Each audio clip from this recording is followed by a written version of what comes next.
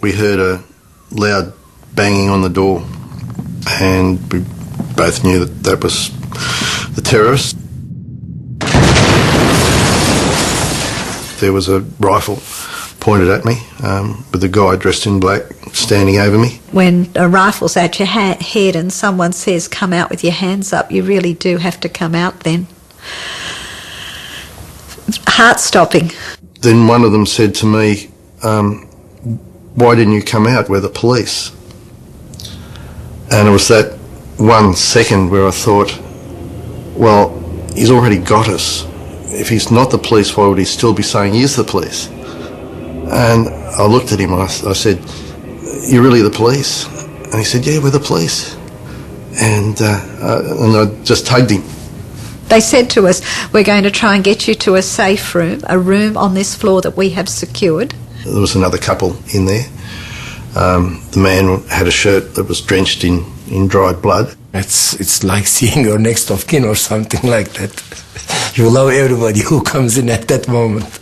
Deborah came and she was crying, she was shaking, she was happy, and then we hugged and we cried, and all four of us. The four came out of the Oberoi together. After the barriers, they were photographers, so our first picture came out there. When I look at the pictures, my own face is a kind of acceptance of the situation. I have learned to accept that people have died and that we have lived, and it's not a happy picture.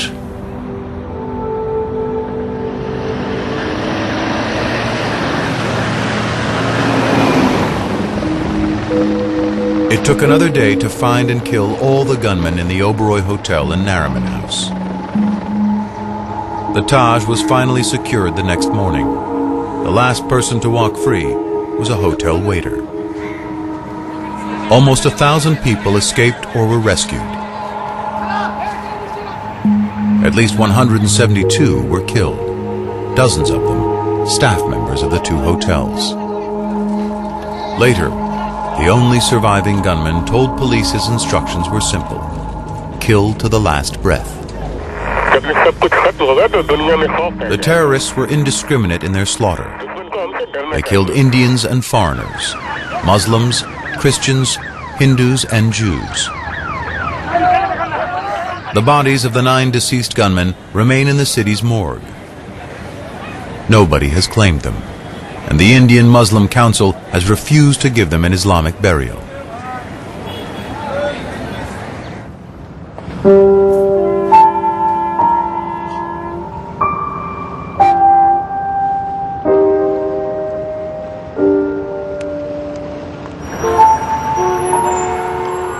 For the survivors, healing has come slowly.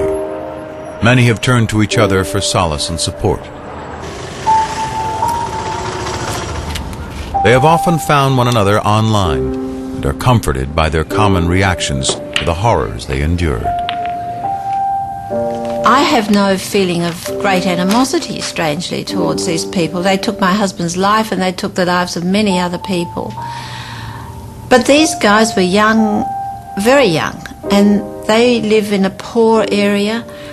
They are brainwashed from a young age. They're indoctrinated. They are fighting a war. I struggle to find the right word. It's not compassion. It's certainly not empathy or sympathy, but it's almost mercy, in the sense that who they really were just doped up kids who were brainwashed and made into dispensable robots. Those two were the lost souls. I mean, we were sorry for them. As they departed, we were really sorry because they were going to die. I don't want to forget, no.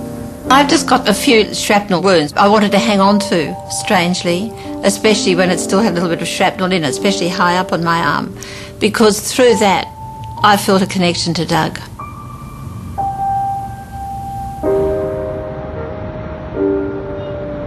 musunuz? Ne Betül'den dedim.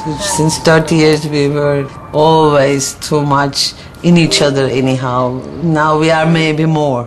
If I don't see her for a certain Yes. period, I start calling her name. Are you here? Somewhere there? Yeah, the here story is terrible because even if I'm, for a few minutes in another room, he cries out my name. That's the new thing after the incident.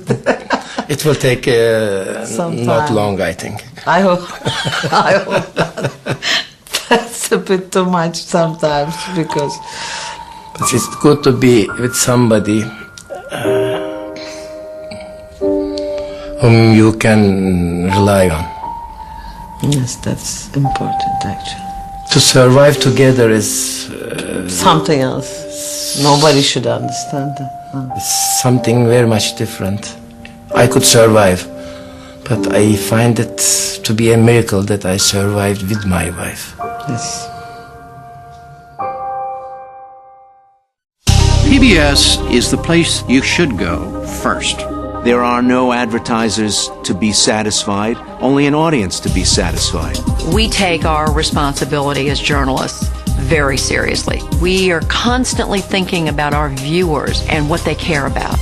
We want to let you know what the information is, and then you decide what you want to think. At the NewsHour, we are after the facts and only the facts. The iconic moments that have shaped our world.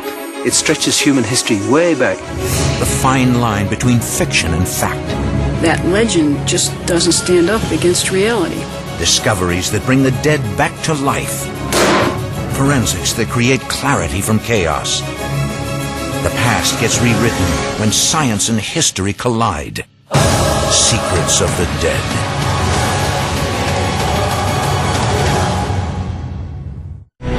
Secrets of the Dead was made possible by contributions to your PBS station from viewers like you. Thank you.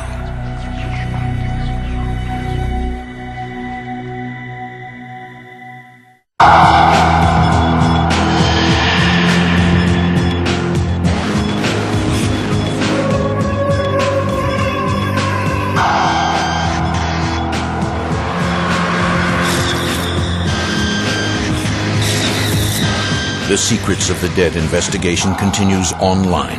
For more in-depth analysis and streaming video of this and other episodes, visit pbs.org. This Secrets of the Dead episode is available on DVD for $24.99 plus shipping. To order, call 1-800-336-1917.